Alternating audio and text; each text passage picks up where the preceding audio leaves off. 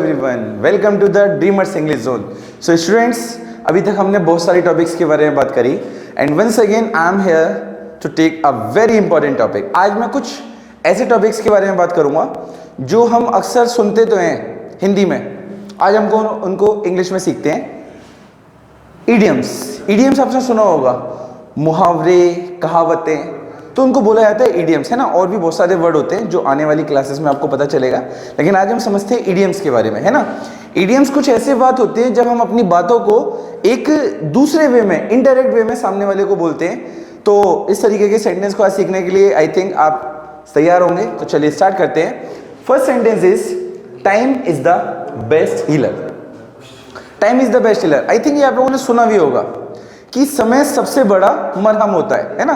Because some condition can be heal, कुछ condition, कुछ बीमारियां मेडिसिन से शुरू हो जाती हैं और ठीक हो जाती हैं, मेडिसिन से बिल्कुल ठीक हो जाती हैं। लेकिन कुछ घाव जिंदगी के ऐसे होते हैं जिनको हील करने के लिए, जिनको सॉल्व करने के लिए हमको समय पे छोड़ना पड़ता है। इसलिए बोला जाता है time is the best healer. क्या बोला जाता है? Time is the best healer.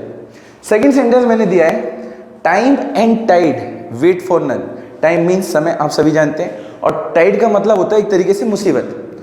तो time and tide wait for none, समय, अच्छा समय और मुसीबत, ये किसी का भी इंतजार नहीं करते।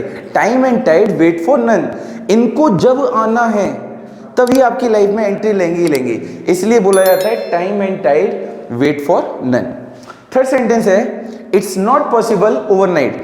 कुछ लोग अपने कामों को इमीडिएटली करवाना चाहते हैं, मतलब तुरंत उन्हें रिजल्ट चाहिए, तो उनके लिए सिंपल सा सेंटेंस है भैया, इट्स नॉट पॉसिबल ओवरनाइट। और हिंदी में ही बोला जाता है कि हथेली पे सरसों नहीं जमाई जाती, मतलब रातों रात कुछ भी पॉसिबल नहीं हो सकता। तो सेंटेंस है इट्स नॉट पॉसिबल ओवरनाइट।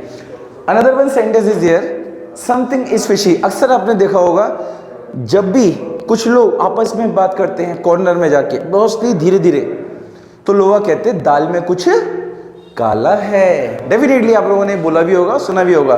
तो बस जब भी आपको लगे कि कहीं पे दाल में कुछ काला है, तो सिंपल सेंटेंस बोला जा सकता है समथिंग इज फिशी। क्या बोला जा सकता है? Something is fishy. जब आप उससे कहोगे कि भैया दाल में कुछ काला है, समथिंग इज फिशी, तो वो कहेगा नहीं भैया दाल में कुछ भी काला नहीं है, मतलब नथिंग इज फिशी। क्या बोला जाएगा?